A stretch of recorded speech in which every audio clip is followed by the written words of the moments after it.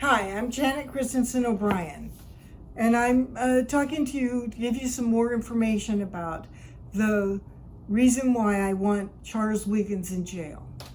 On the Dorothy Grega case, I was threatened and intimidated a lot. Sally Lanham or Michael Longyear, one of them, got copies of my bank account information without a court order.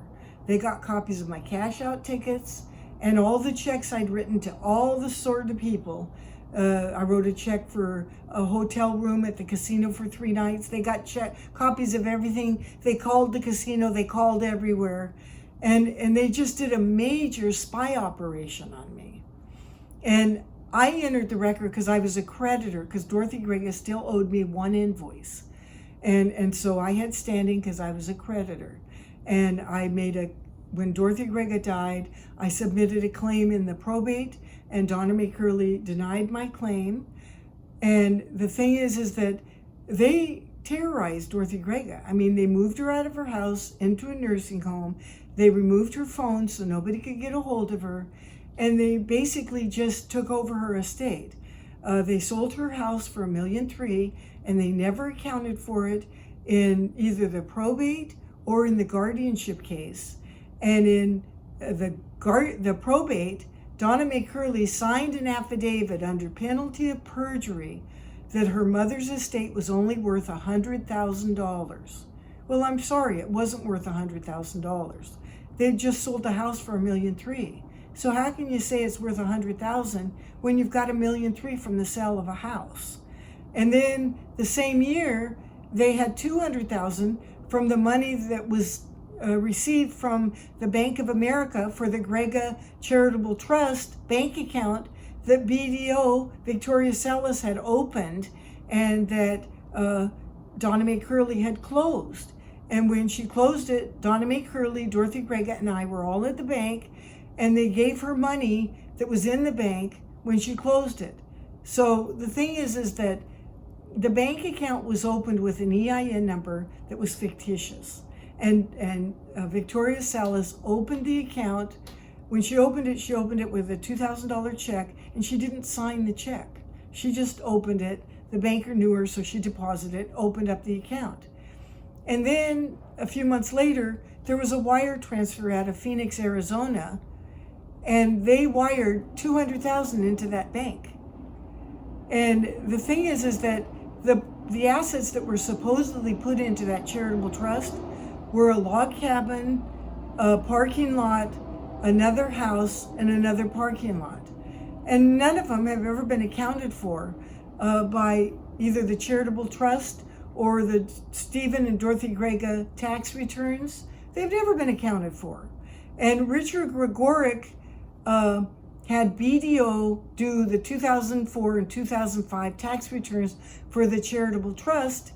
And on those tax returns, Victoria Salas used a fictitious EIN number that didn't belong to the charitable trust. The charitable trust was created in 1996, and it never applied to the IRS for an EIN number. So it was never a legitimate charitable trust. And every time they changed who was on the charitable trust, they'd get a guy like Richard Gregoric had a guy from the Attorney General's office sign as the representative for the designee, whoever the charitable trust was going to be, but it was never finished. And in March or April of 2007, Dorothy Grega, before she died, she dissolved the charitable trust. And she directed her daughter to dissolve it and then pay all these checks out. And then in 2007, Donna Mae Curley had Fetterman Hessel, or whatever their name is, reopen the charitable trust using the same fictitious EIN number. And they never did any tax returns on the charitable trust, even though they got $200,000 from it in 2007. And all the buildings, all the houses, all the accountable, none of that ever got accounted for. And so the thing is that Charles Wiggins knew that there was a lot of fraud going on with the attorneys involved. And Dorothy Grega hired me because she said her attorneys were ripping her off. My attorneys are stealing money from me, is what she said. And she wanted to uncover that, and she wanted them to be accountable for all the theft involved. You know, she lived her whole life, and they had her trapped in her house without any money, and that's because they stole every penny she had, and they put it into this charitable trust that was just a fictitious charitable trust. It was a way to control her money. And Dorothy filed a bar complaint against the attorneys because she wanted the Bar Association to get information from these attorneys about their misconduct. And she wanted the Bar Association to sanction them. And when she filed the bar complaint, she sent it, the Bar Association sent it to the lawyer, and then Richard Gregoric responded by a Portland lawyer, and then Dorothy Grega responded to that, and then all of a sudden the guardianship was entered, and then the bar complaint was closed. It's a way for lawyers to stop any kind of disciplinary actions against them. If there's nothing happening, no accountability. And so the thing is that Charles Wiggins knew that I was complaining that there was a fictitious tax return, and that it was a fictitious tax return that either had to be amended or had to be dealt with. That the charitable trust documents, the charitable trust house had been sold, and I wanted them to make an accounting for the money for the house, because it was $1.3 million, because Dorothy Grega died in 2008, and then they sold her house. And they never accounted for the house sale in either the guardianship or the probate. And I wanted somebody to do something and to look into this, because Dorothy Grega wanted it investigated that the attorneys had stolen her money. It was her wish. She wanted that done.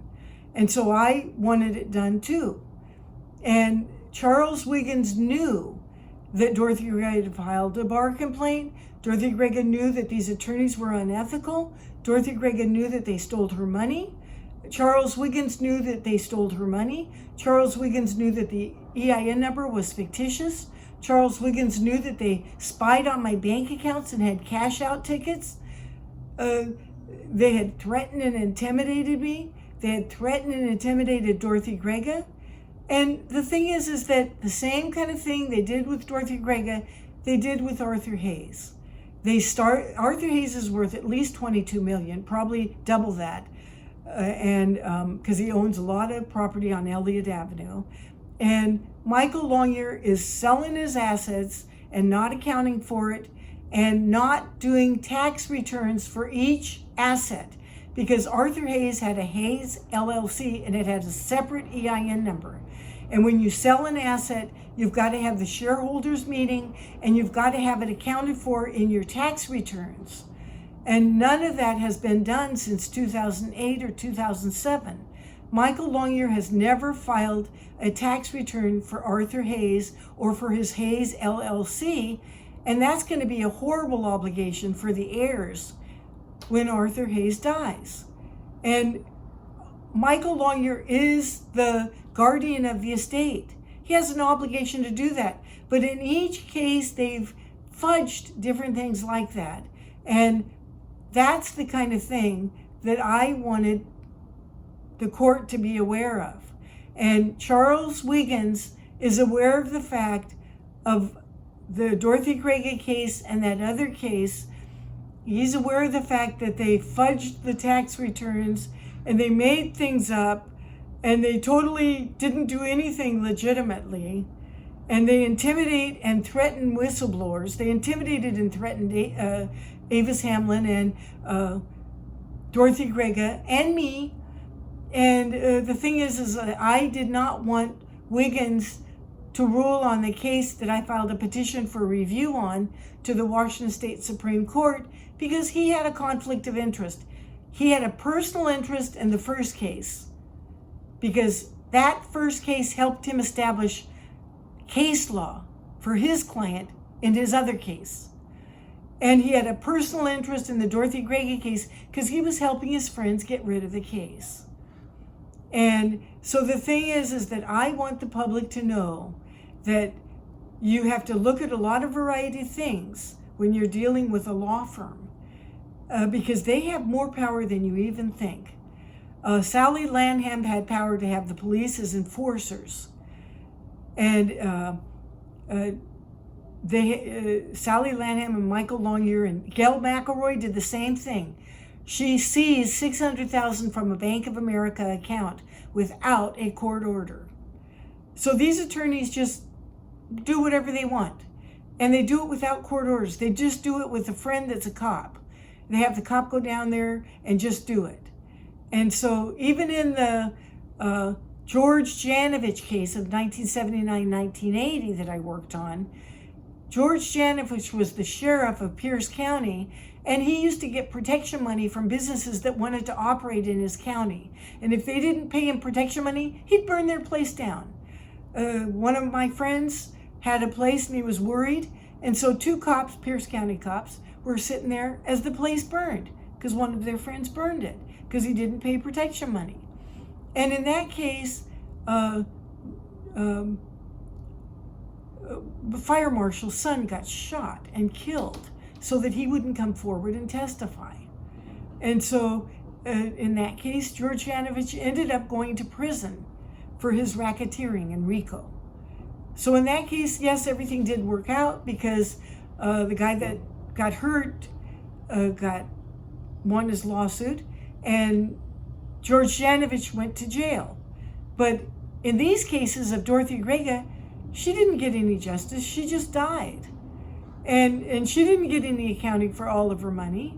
And her daughter, Donna Mae Curley, in the probate, she said she only got $100,000 from her mother's estate. Well, if that is true, and she only got $100,000 from her mother's estate, then who is holding the $1.3 million from the sale of the house? Where is that $1.3 million? Did she file a fictitious document? Was she filing it under penalty of perjury? Did she lie under penalty of perjury? Or did the attorneys keep the $1.3 million from the sale of the house? Michael Longyear got a court order to be allowed to sell the house, and he sold it for $1.3 million. So where did that $1.3 million go? So thank you. And all of that stuff about Michael Longyear and the Grega case, that was all in the petition for review. And all the fraud and the deception, that was all in the petition for review. And there was a conflict of interest with Charles Wiggins hearing it because he knew me from the prior case that he had handled unscrupulously and had extorted $1.3 million out of a company that didn't owe any liability.